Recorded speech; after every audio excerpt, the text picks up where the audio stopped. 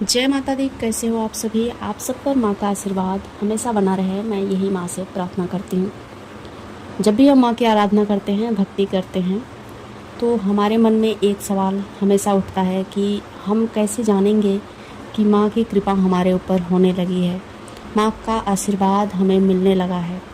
तो कुछ लक्षण मैं आपके साथ शेयर करूँगी। अगर आपका मतलब जो लक्षण है वो मैच होता है तो आप समझ जाइएगा कि माँ का आशीर्वाद आपको मिल रहा है, माँ की कृपा आपके ऊपर हो गई है, माँ का एक अंश आपको मिल चुका है।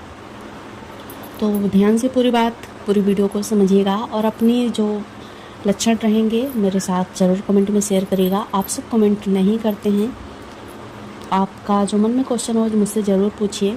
मैं भी आपकी ही तरह एक माँ की भक्त हूँ और अपने जो अनुभव है वो आपके मतलब उसी बेसिक पे मैं वीडियो लेकर आती हूँ। तो चैनल को सब्सक्राइब भी ज़रूर करिएगा, मुझे आप सबकी सपोर्ट की ज़रूरत है। देखिए, हम अपने कर्म करते हैं पर कर्म कहीं ना कहीं बोलते हैं कई लोग कि मतलब पूजा पाठ करती हो, माँ का आराधना करती हो तो किसी से मांगने की क्या ज़रूरत है, वो सब कुछ मिल जाएगा। ये बात सही है, सब कुछ मिल जाता है, पर कुछ माध्यम भी तो होता है ना।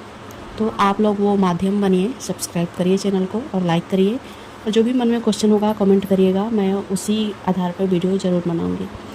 तो चलिए हम बात कर लेते हैं कि माँ के कृपा का जो लक्षण होता है उसको कैसे पहचानेंगे। तो सबसे बड़ी पहचान तो यही होती है कि जब आप माँ के आराधना में लिप्त रहते हैं, माँ की भक्ति में लिप्त रहते हैं और आपको मतलब ऐसा लगता है कि माँ की कृपा हुई कि ना हुई, कन्फ्यूजन। तो सबसे बड़ी जो लक्षण है यही होता है कि हम हमेशा कंफ्यूज रहते हैं कि माँ का प्यार हमें मिला कि नहीं मिला, माँ का आशीर्वाद मिला कि नहीं मिला। ये भी एक माँ की कृपा ही है कि हम माँ को जानने की कोशिश करते हैं, माँ की कृपा को जानने की कोशिश करते हैं। तो जब भी हम माँ को जानने की कोशिश करते हैं, माँ को पहचानने की कोशिश करते हैं, उनकी कृपा को जानने की कोशिश करते हैं, तो ये भी माँ की कृपा का ही हिस्सा होता है। दूसरी जो पहचान होती है वो ये होती है कि हम मतलब शांत हो जाते हैं, पहले जैसे नहीं रहते हैं। एकदम से हमारे अंदर, हमारे जीवन में, हमारे मन में एकदम शांति आ जाती है। हम दुनिया में रहकर भी दुनिया से दूर हो चुके होते हैं। हमें लगता है कि मतलब दुनिया से मतलब नहीं होता है हमें। कुछ ऐसी मतलब बातें होती हैं जो हम किसी के साथ शेयर नहीं करना चाहते। पहले जो हम बातें शेयर करते थे वो किसी के साथ शेयर नहीं करना चाहते, हम अपनी माँ से शेयर कर देते हैं। हमें मतलब ऐसा लगता है कि क्या व्यर्थ है ये दुनियादारी, सब कुछ, सब चीज़ें व्यर्थ हैं। तो ये भी एक बहुत ही बड़ा अनुभव होता है कि हमें दुनिया से कोई मतलब दिखाई नहीं देता, या फिर दुनिया के लोग, दोस्त यार सब बेमतलब की चीज़ें लगने लगती है। तीसरा जो सबसे महत्वपूर्ण लक्षण है कि अगर आप माँ की कृपा के पात्र हैं, माँ की भक्ति करते हुए काफ़ी दिन हो गए, माँ के मंत्रों का जाप करते हैं, तो आपकी जो कुंडलिनी है वो बिना मतलब ध्यान के ऑटोमेटिकली जागृत हो जाती है। उसके जागृत होने का लक्षण भी आपको दिखाई देगा। आप जैसे कुछ सोचते हैं तो वो तुरंत आपको वो चीज़ें मिल जाती हैं। जैसे आप किसी दुकान पे गए सामान लेने, तो आपने देखा दुकान खाली है, लेकिन आप जैसे ही कदम रखते हैं दुकान में भीड़ हो जाती है, 2-4 ग्राहक ज़रूर आ जाते हैं। तो ये आपके ऑरा का कमाल होता है, माँ की कृपा का कमाल होता है। तो ये भी लक्षण है कि माँ की कृपा आपको मिल गई पहचानने का। इस लक्षण को आप अगर मैच आपसे करता है तो कमेंट में ज़रूर लिखिएगा।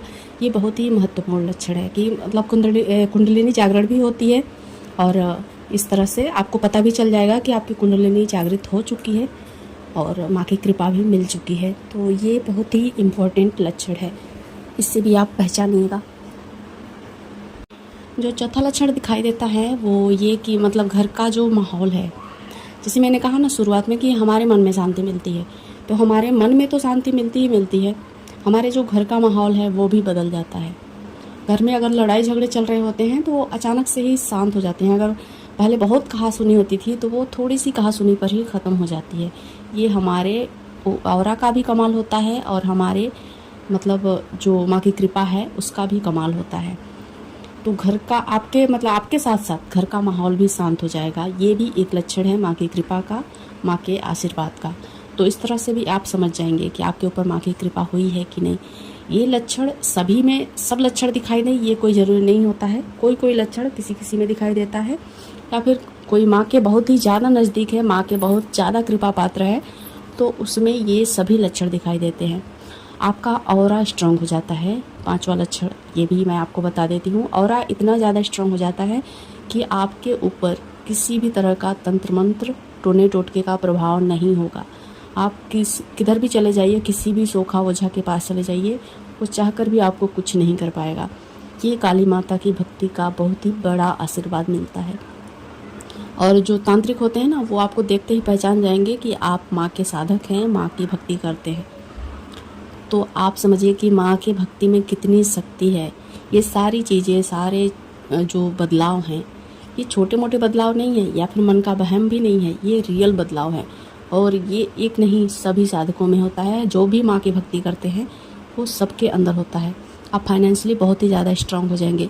मैं ये नहीं कहूँगी कि आप अंबानी बन जाएंगे, पर आपको जो चीज़ें, जो ज़रूरत होगी उतनी ज़रूर मिलेगी माँ की कृपा से, माँ के आशीर्वाद से। तो इस तरह से आप अपने लक्षण को पहचानिए, माँ की भक्ति में लीन रहिए। ऐसा नहीं है कि पहचानने के बाद आपको भक्ति कम कर देनी है और भी ज़्यादा भक्ति को बढ़ा देनी है।